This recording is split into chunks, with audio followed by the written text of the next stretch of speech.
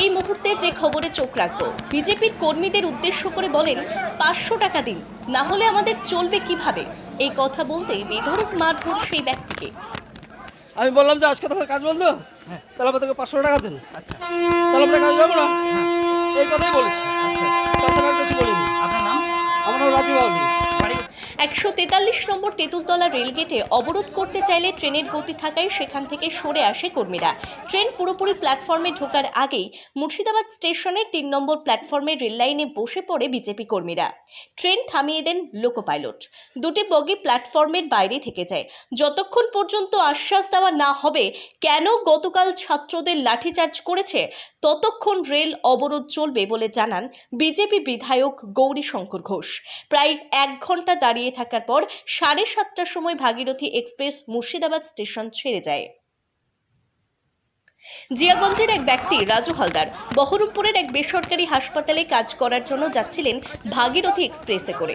সেই সময় ট্রেনের লোকো ইঞ্জিনের সামনে বিক্ষোভের কাছে গিয়ে বিজেপির কর্মীদের উদ্দেশ্য করে বলেন 500 টাকা দিন, আমার কাজের ক্ষতি হচ্ছে। তার কথা শুনে বিজেপির কর্মীরা তার দিকে তেড়ে গিয়ে তাকে বেধড়ক মারধর শুরু করেন পুলিশের সামনেই।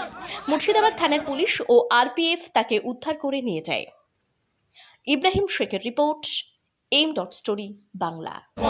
পুলিশ মন্ত্রী জবাব দাও, পুলিশ মন্ত্রী তোমায় গেলে ঠিক ঠিক ঠিক কাজ, ঠিক ঠিক ঠিক কাজ, স্বাস্থ্যমন্ত্রী তোমায় গেলে ঠিক ঠিক ঠিক কাজ, ঠিক ঠিক ঠিক কাজ। দফা এক দাবি এক, দফা এক দাবি এক, ছাত্রদের উপর নির্মম অত্যাচার হলো কেন? পুলিশ মন্ত্রী জবাব দাও।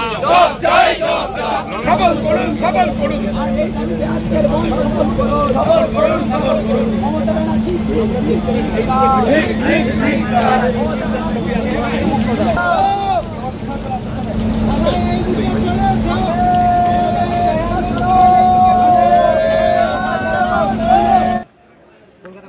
ডাক্তার দেখাতে মুকুন্দপুর। ডাক্তার দেখাতে কতক্ষণ ধরে আটকে আছেন এখানে? এখানে মিনিমাম আধা ঘন্টা হয়ে গেল। আধা ঘন্টা। এখানে কি শুনলেন? এখানে এখন পর্যন্ত আমি কিছু শুনিনি, নামিও উঠে নিচে। আচ্ছা, ট্রেন থেকে নামেননি? ট্রেন দাঁড়িয়ে আছে। হ্যাঁ কলকাতা যেতে তো দেরি হচ্ছে নাকি? হ্যাঁ, যেতে পারবেন মনে হচ্ছে? দেখি এখন যেতে না পারলে তখন রিটার্ন হতে হবে। কোথায় বাড়ি আপনার? লালগোলা। লালগোলা। আপনার নাম? মোহাম্মদ ফারুক হোসেন।